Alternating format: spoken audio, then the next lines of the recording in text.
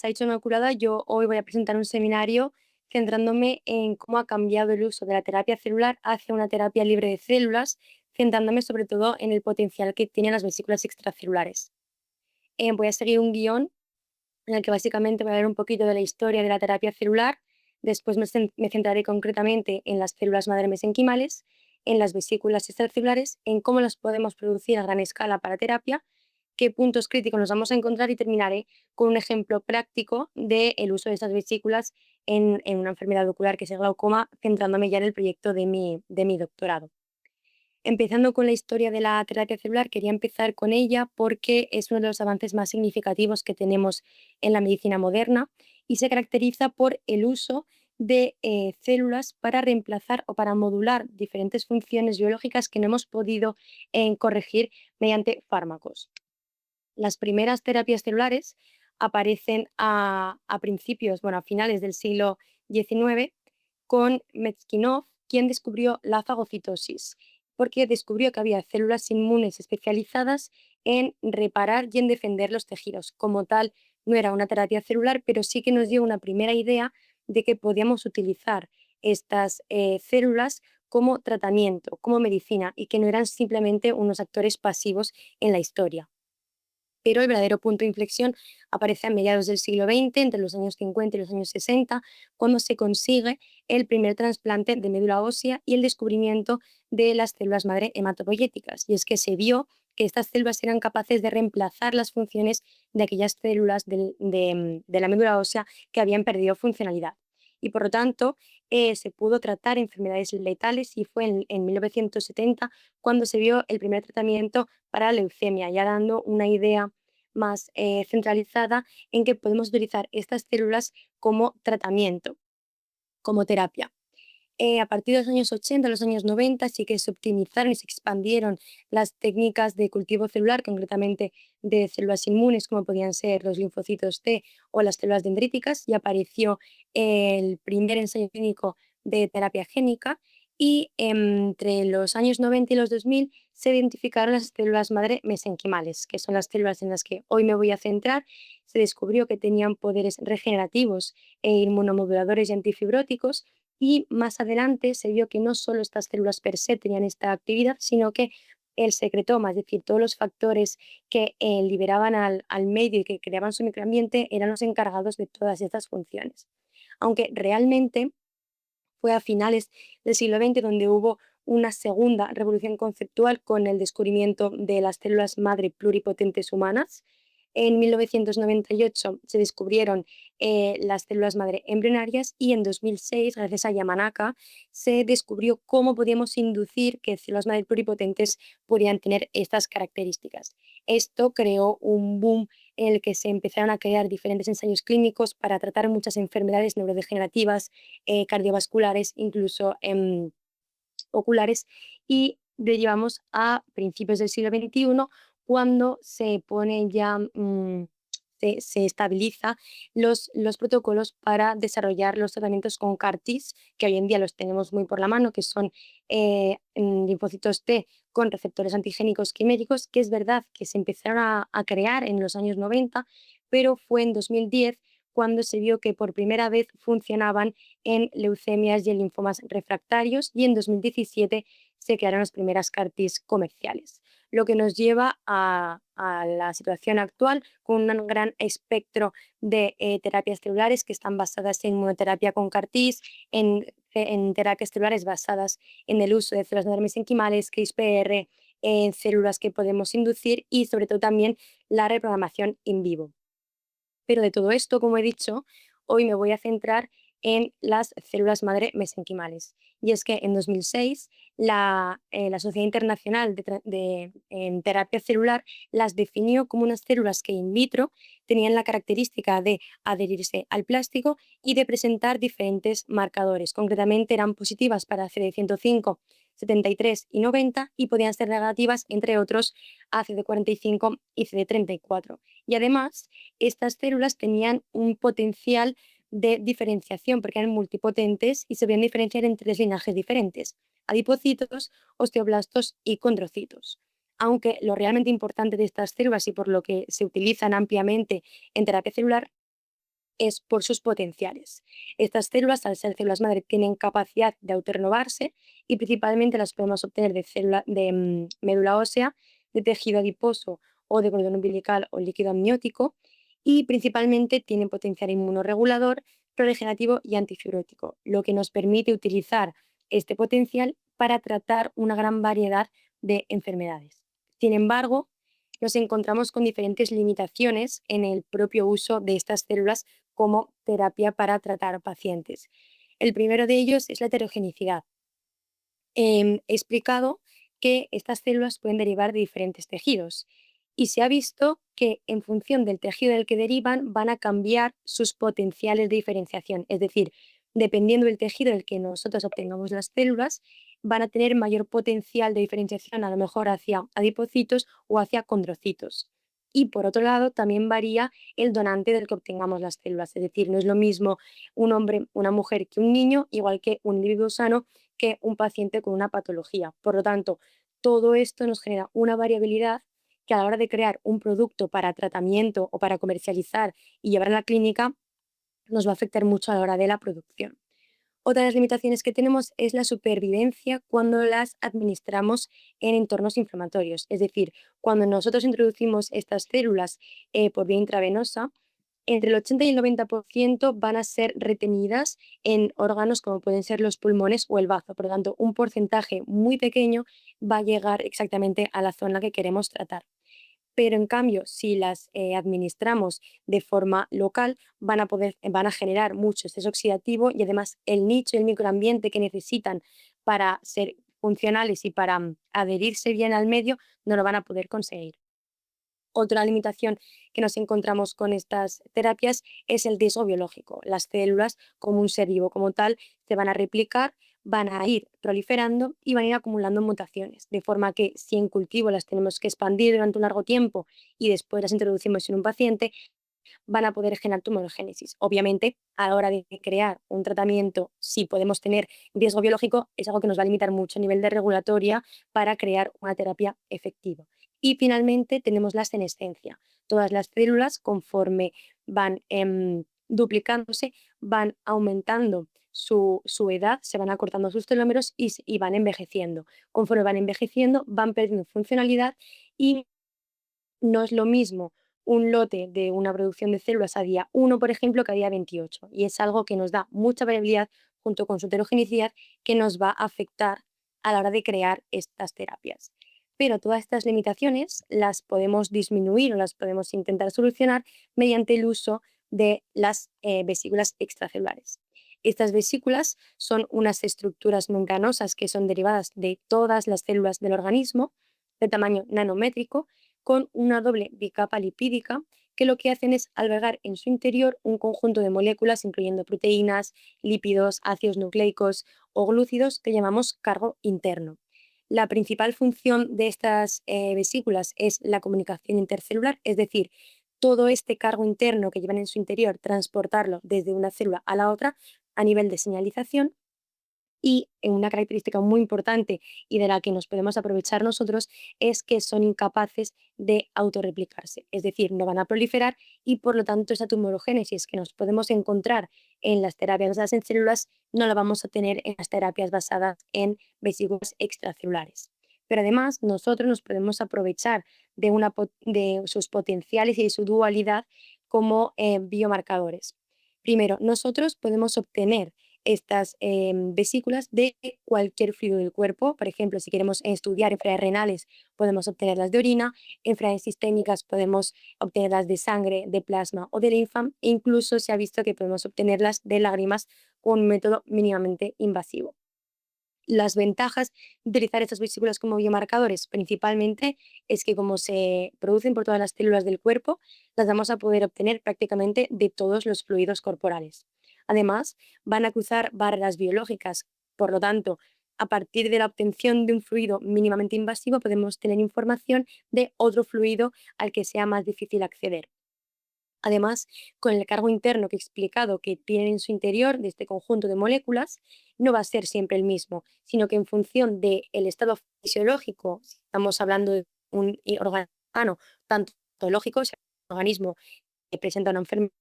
las moléculas que estas IBI tengan en su interior va a reflejar el estado de origen de la célula de la que provienen. Por lo tanto, tenemos directa información relativa a cómo se encuentra en ese momento el organismo. Y además, toda esta información molecular está protegida por esta doble membrana, por lo que si lo comparamos con una biopsia líquida que podemos hacer de forma rutinaria,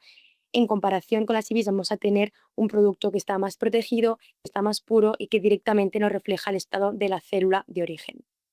Pero si nos centramos en el otro potencial que podemos explorar es la terapia. En este caso no vamos a obtener las vesículas de diferentes fluidos corporales, sino que los vamos a crear en cultivo mediante diferentes líneas celulares. Las ventajas que nos encontramos aquí es que, de nuevo, como son producidas por células, van a ser biocompatibles y además tienen una mínima inmunogenicidad y toxicidad. De nuevo, no vamos a tener estos problemas de tumorigenicidad y además no van a crear rechazo cuando se las inyectemos o cuando las administremos al paciente. Otra cosa muy ventajosa del uso de estas vesículas en tratamiento es que tienen alta permeabilidad de tejidos. Por lo tanto, si queremos utilizar las vesículas no como tratamiento per se, sino como vehículo, por ejemplo, para introducir un fármaco y que este fármaco vaya a una parte concreta del organismo, vamos a tener esta ventaja de que tiene alta permeabilidad y no se va a quedar retenida en estos órganos que hemos dicho que puede pasar con las células. Y además, finalmente, no solo refleja el estado de la célula de origen, sino que todo lo que contiene en su interior ayuda a que hereden de alguna forma el potencial y las funciones de las células de las que provienen. Por ejemplo, si partimos de células madre mesenquimales que hemos visto que tienen funciones inmunomoduladoras, vamos a poder obtener vesículas con estas funciones inmunomoduladoras y utilizarlas como terapia.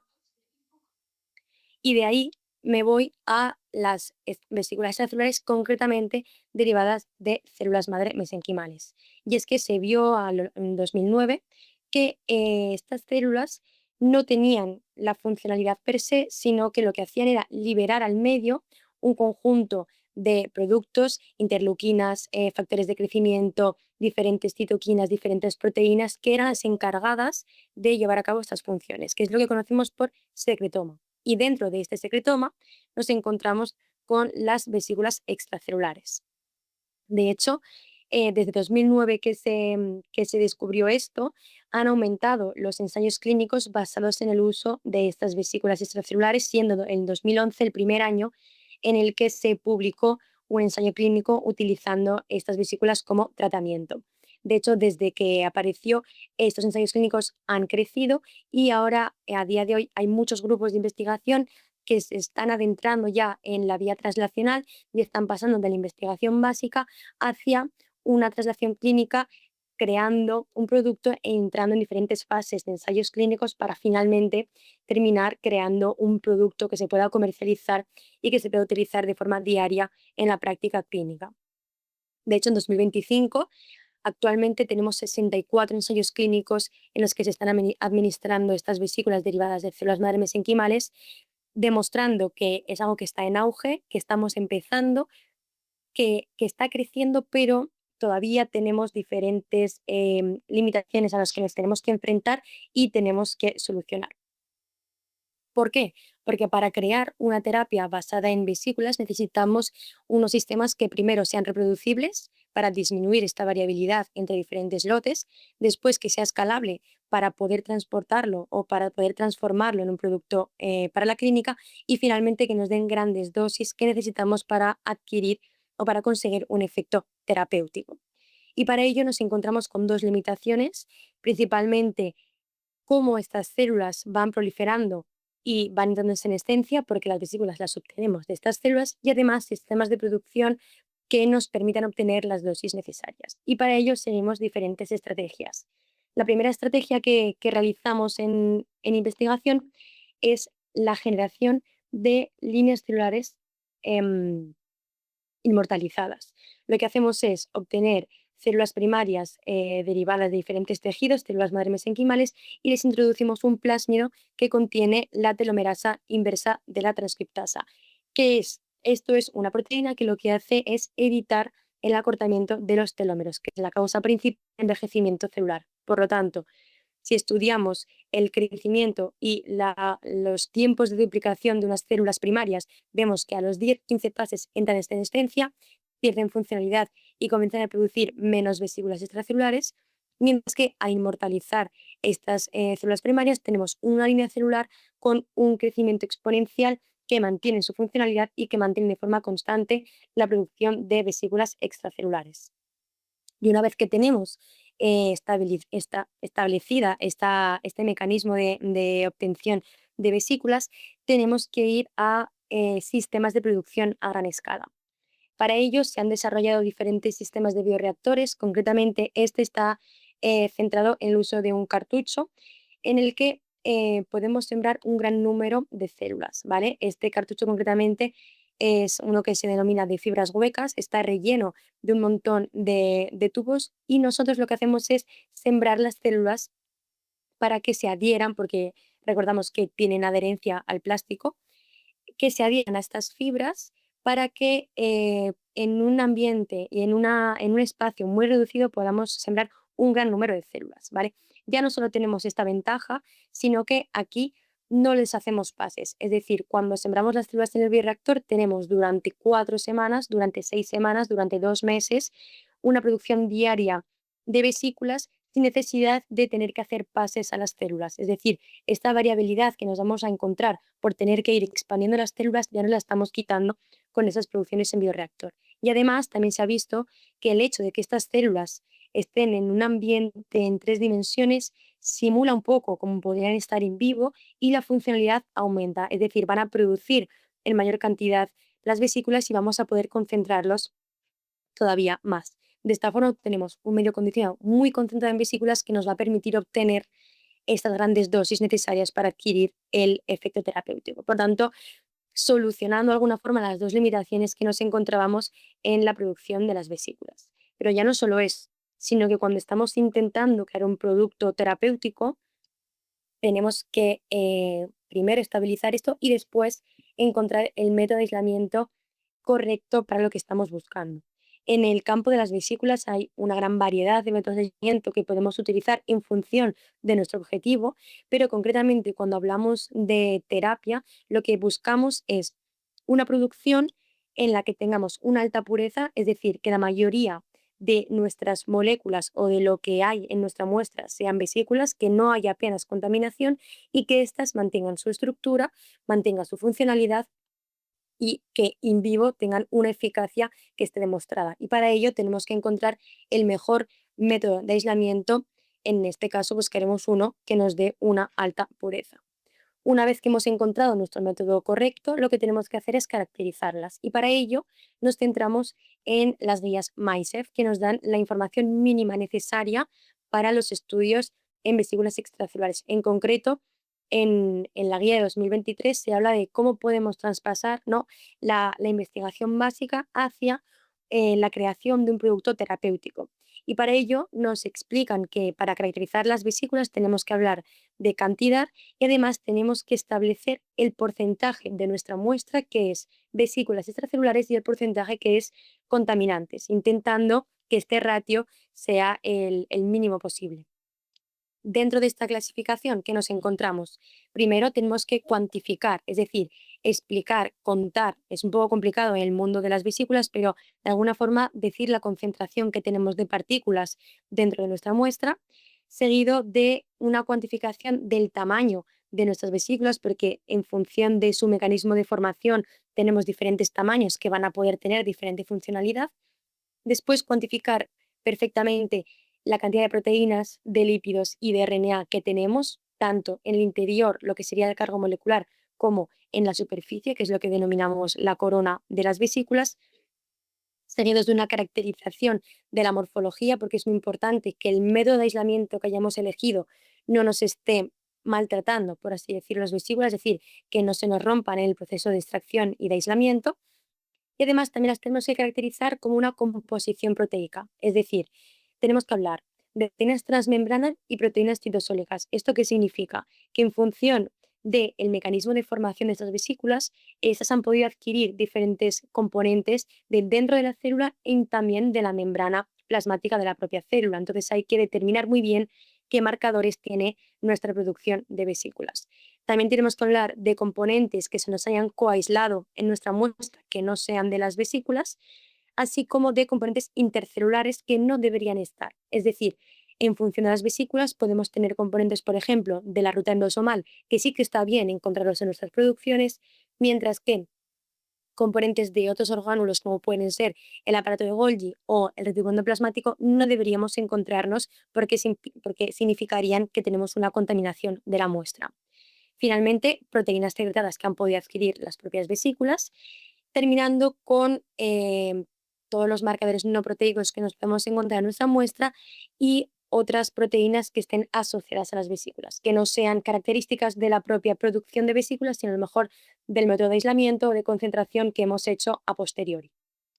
Una vez que tenemos bien caracterizado en profundidad nuestro producto, pasamos a los ensayos de potencia, porque obviamente si estamos buscando crear un tratamiento, tenemos que demostrar que ese tratamiento es efectivo, que es seguro en vivo y que es eficiente. Y para ello empezamos con los ensayos no biológicos, básicamente lo que hemos hablado de la caracterización del cargo, de ver cómo puede afectar a nivel funcional y a nivel molecular este cargo en diferentes cultivos, y pasaríamos a ensayos in vitro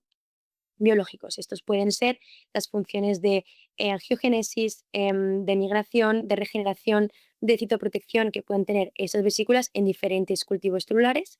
Y pasamos a los ensayos biológicos avanzados. Esto consiste en organina chip y organoides. Los organina chip son unos sistemas en los que podemos sembrar diferentes tipos celulares en los que incluimos la microfluídica intentando simular de alguna manera lo que podemos encontrar en vivo o lo que podemos encontrar en un órgano para estudiar el efecto de las IVs en estas situaciones no estáticas y no en dos dimensiones como nos podemos encontrar en el resto de ensayos in vitro. Y también tenemos los organoides, que consisten en un conjunto de células que hemos conseguido crear en tres dimensiones, donde ya no solo estudiamos el efecto de las IVs en las células a nivel superficial, sino que también tenemos zonas que puede tener hipoxia, puede haber necrosis y ver cómo estas vesículas pueden afectar las diferentes partes del organoide.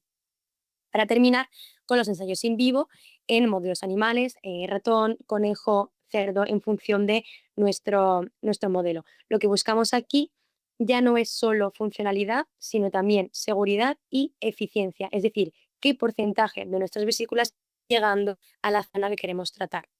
Una vez que tenemos puesto a punto esto, pasamos a estandarizar estos ensayos de potencia que sean cuantitativos, que podamos reproducirlos, que podamos verificar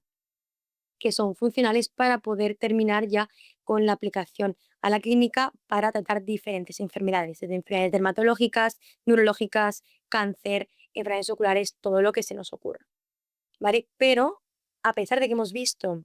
que el uso de terapias libres de células basadas en vesículas nos están solucionando muchas limitaciones que vemos con la terapia celular,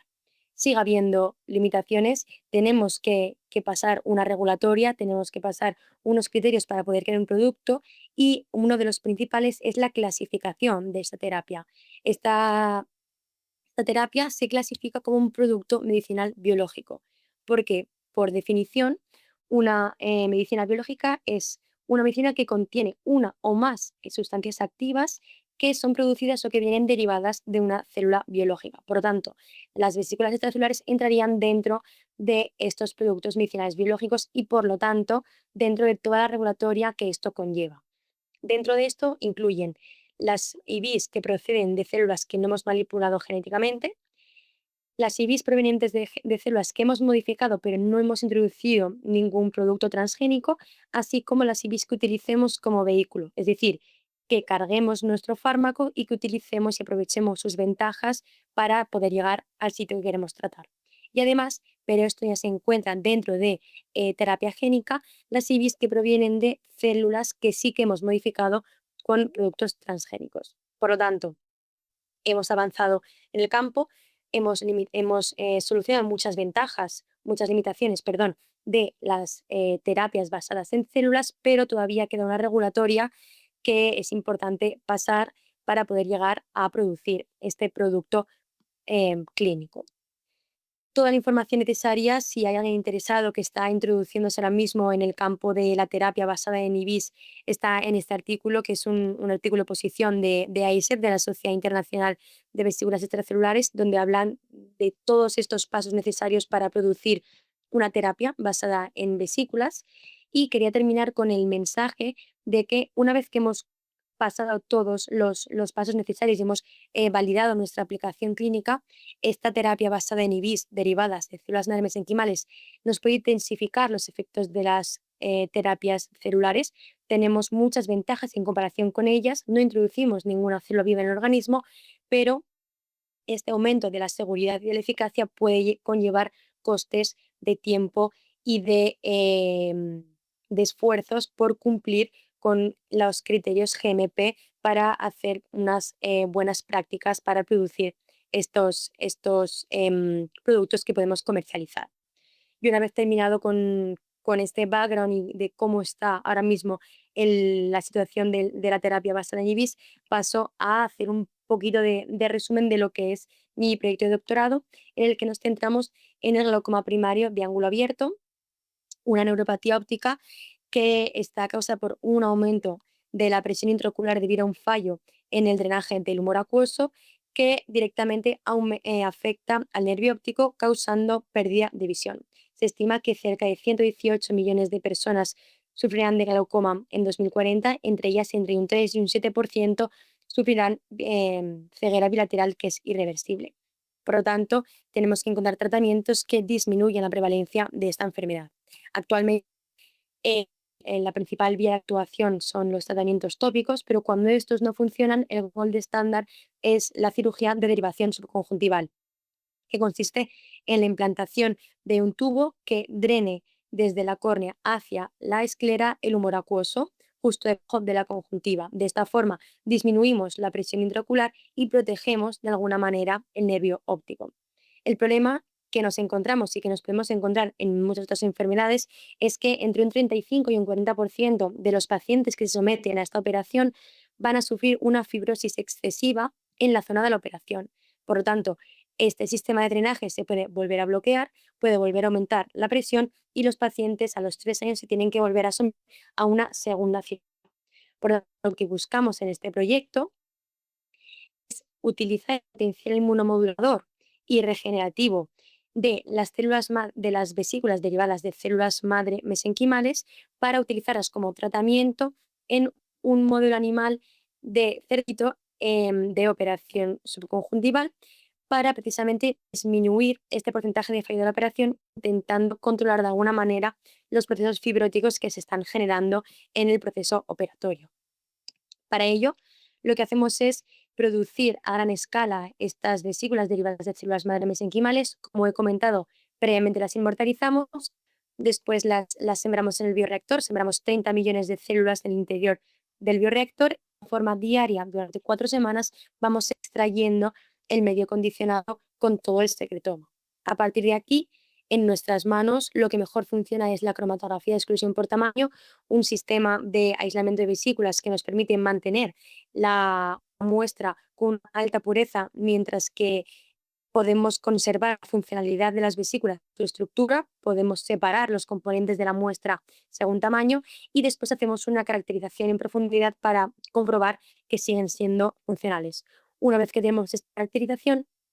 lo que hacemos es preparar nuestro producto, por así decirlo, para llevarlo a la operación, al modelo animal. Y lo que hacemos en este caso es aprovechar que los médicos con los que nosotros trabajamos y con los que colaboramos en este proyecto, aquí en el Hospital de Canruti, operan a los pacientes de glaucoma y además del implante introducen una matriz de colágeno que lo que hace es atraer a los fibroblastos conjuntivales para que migren a través de sus poros, se queden retenidos en su interior y depositen colágeno dentro de la matriz, impidiendo así que se depositen en la zona de la operación y que puedan generar fibrosis. Por tanto, aprovechamos esta matriz y lo que hacemos es introducir las vesículas aquí, de tal forma que trataremos a los animales con esta matriz que está impregnada de nuestra solución de vesícula. En cuanto al diseño experimental, partimos de 10 animales, 5 machos y 5 hembras, que van a ser operados únicamente en un ojo, sirviendo el contralateral como control de cada animal. Dentro de los ojos operados, un 40% de ellos serán únicamente animales control, es decir, se les operará con el implante y con la matriz, mientras que el 60% de los ojos operados serán operados con tratamiento de IVIs a una dosis concreta de IVIs producidas por 3 millones de células madre mesenquimales que corresponden con 4 microgramos de proteína. Una vez que operamos a los animales, hacemos un seguimiento de 8 semanas en los que estudiamos salud general de los animales, que no tengan conjuntivitis, que el implante esté in situ, que la matriz se esté absorbiendo bien y que la presión se mantenga estable. No hemos creado un modelo de glaucoma, por lo tanto, estos animales no tienen presión alta, pero sí que controlamos que esta presión no aumente para comprobar que el implante está funcionando.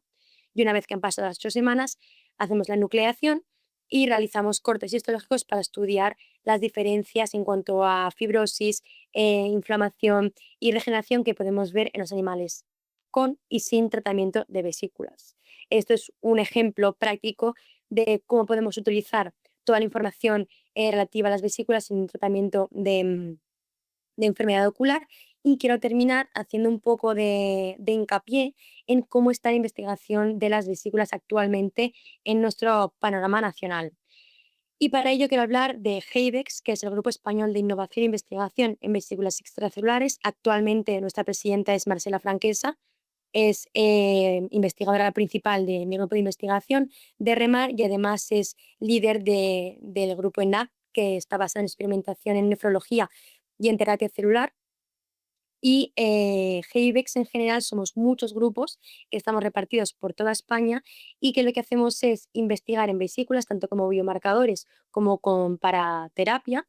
basándonos en la obtención de vesículas de diferentes fluidos, de diferentes tejidos, de sangre, de orina, de lágrimas en mi caso. También tenemos grupos en Barcelona que trabaja con células de bacterias para estudiar enfermedades endémicas que hay en el continente africano. También tenemos grupos en Valencia que obtienen vesículas de frutas, de plantas, etcétera, para estudiar diferentes procesos. Y concretamente en mi grupo IBECAT, que nos centramos sobre todo en enfermedades renales, aunque tenemos un proyecto aparte, que es mi proyecto de doctorado, en el que nos centramos en glaucoma. Y como he dicho, esta dualidad de las IVIs, es decir,